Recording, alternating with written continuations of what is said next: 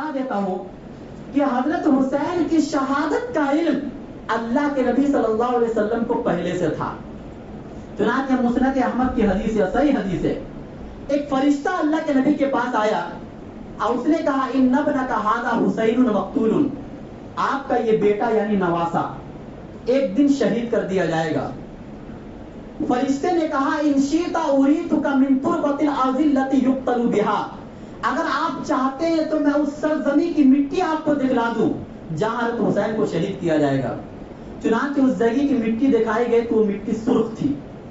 دوسری حدیث کے اندر آتا ہے جو معجم کبیر طبرانی کی حدیث ہے کہ حضرت جبرائیل امین نے اللہ کے نبی کو فرمایا کہ ان امتک ستقتلہ, ان قریب آپ کی امت حضرت حسین کو شہید کر دے گی. اللہ کے نبی نے فرمایا کیا وہ لوگ شہید کر دیں گے اس حال میں کہ وہ مسلمان ہوں گے, یعنی مسلمان ایسا کام کریں گے؟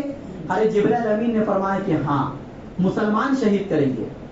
تیسری حدیث جو المستدرک علی الصحیحین کی حدیث ہے جس میں اس بات کی بھی صراحت ہے کہ عراق کی سرزمین میں حضرت حسین رضی اللہ تعالیٰ عنہ کو شہید کیا جائے گا. اور ایک دوسری حدیث میں اس بات کی بھی صراحت ہے کہ وہ کربلا کا میدان ہوگا. اور حضرت علی رضی اللہ تعالیٰ عنہ کو بھی اس بات کا علم تھا. چنانچہ مصنف ابن ابی شیبہ کی حدیث ہے حضرت علی نے فرمایا لا یقتلن الحسین, ان قریب حضرت حسین کو شہید کر دیا جائے گا. وَإِنِّي لَعَارِفُ التُّرْبَةَ الَّتِي يُقْتَلُ فِيهَا, میں وہ سرزمین کو جانتا ہوں جہاں حضرت حسین کو شہید کیا جائے گا. قریبا من النہرین, دو نہروں کے قریب وہ ملک واقع ہے یعنی عراق کا ملک, اور اسی عراق کی دارالحکومت بغداد ہے, اور اسی کے اندر کربلا کا میدان ہے جس کو ہم کوفہ شہر کہتے ہیں, وہ سب آج موجود ہے. یعنی یہ ساری صراحتیں, یہ ساری چیزیں اللہ کے نبی کو پہلے سے معلوم تھا, لیکن اس کے باوجود بھی اللہ کے نبی نے یہ نہیں فرمایا کہ دیکھو مسلمانوں جب تک حضرت حسین زندہ ہے تم روزہ رکھنا, اور جب حضرت حسین کی شہادت ہو جائے گی تو اس کے بعد حکم بدل جائے گا کہ تم غم منانا, ماتم کرنا, سوگ کرنا.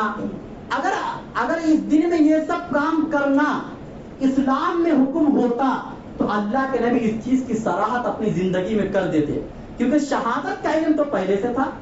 رہا مسئلہ کسی بڑے کی شہادت کا کسی دن واقع ہو جانا, کیا وہ دن غم کا دن ہو جاتا ہے؟ تو ایسا نہیں ہے.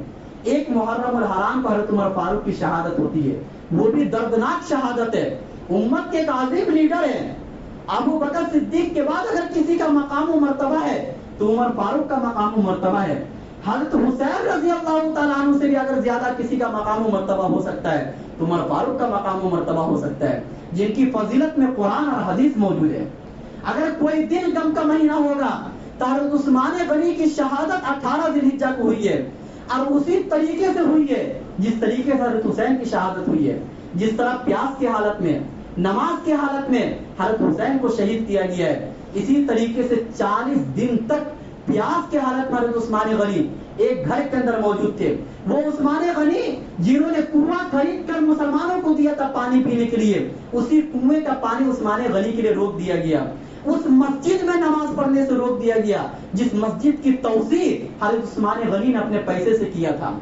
اور جنہوں نے قرآن کو سب سے زیادہ امت میں پھیلایا, جو داماد رسول تھے, اللہ کے نبی کی دو بیٹیاں حضرت عثمان غنی کے نکاح میں تھی, اور اتنی زیادہ فضیلت جن سے فرشتے حیا کرتے تھے, بہت زیادہ فضیلت ہے, کتنا گنوایا جائے. کیا وہ دن دردناک دن نہیں ہے کہ کس طریقے سے شہید کیا گیا, جن کی حفاظت کے لیے حضرت علی نے حضرت حسین کو رکھا تھا.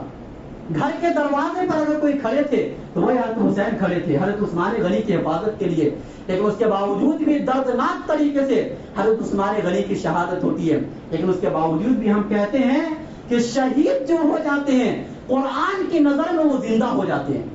چنانچہ قرآن کے صراحت کے ساتھ اللہ نے فرما دیا وَلَا تَقُولُوا لِمَن يُقْتَلُ فِي سَبِيلِ اللَّهِ أَمْوَاتٌ, جو اللہ کے راستے میں شہید ہو گئے ان کو مردہ کبھی نہ کہنا, بل احیا, بلکہ وہ زندہ ہیں, وَلَكِن لَا تَشْعُرُونَ, لیکن اس کی زندگی کا تمہیں احساس نہیں ہے. چوتھے پارے میں اللہ فرماتے ہیں وَلَا تَحْسَبَنَّ الَّذِينَ قُتِلُوا فِي سَبِيلِ اللَّهِ, جو اللہ کے راستے میں شہید کر دیے گئے ان کو تم مردہ گمان نہ کرنا, بل احیاء عند ربهم يرزقون, بلکہ وہ زندہ ہیں اور ان کے رب کے پاس سے ان کو رزق بھی دیا جاتا ہے. پتہ چلا ایک شعر کے انداز میں اپنی بات کو ختم کرتا ہوں کہ روئے وہ جو منکر ہے شہادت حسین کے، روئے وہ جو منکر ہے شہادت حسین کے، ہم زندہ جاوید کا ماتم نہیں کرتے. جب ہمارا عقیدہ یہ ایمان ہے کہ حضرت حسین رضی اللہ تعالیٰ شہید ہو کر اور بھی بڑا مقام و مرتبہ حاصل کر لیے، تو اس کی وجہ سے ہر سال 10 محرم الحرام کو غم کا مہینہ قرار دینا، ایسے اگر کوئی قرار دے گا تو ہر دن غم کا مہینہ ہوگا. جس دن اللہ کے نبی دنیا سے گئے اس سے بھی بڑا کوئی غم کا مہینہ ہو سکتا ہے؟ پھر تو دنیا کی کوئی تاریخ ایسی آپ کو نہیں ملے گی جس دن کوئی بڑا دردناک طریقے سے شہید نہ ہوا ہو. حضرت حمزہ سید الشہداء، تمام شہیدوں کے سردار ہیں. یہ اللہ کے نبی نے فرمایا ہے.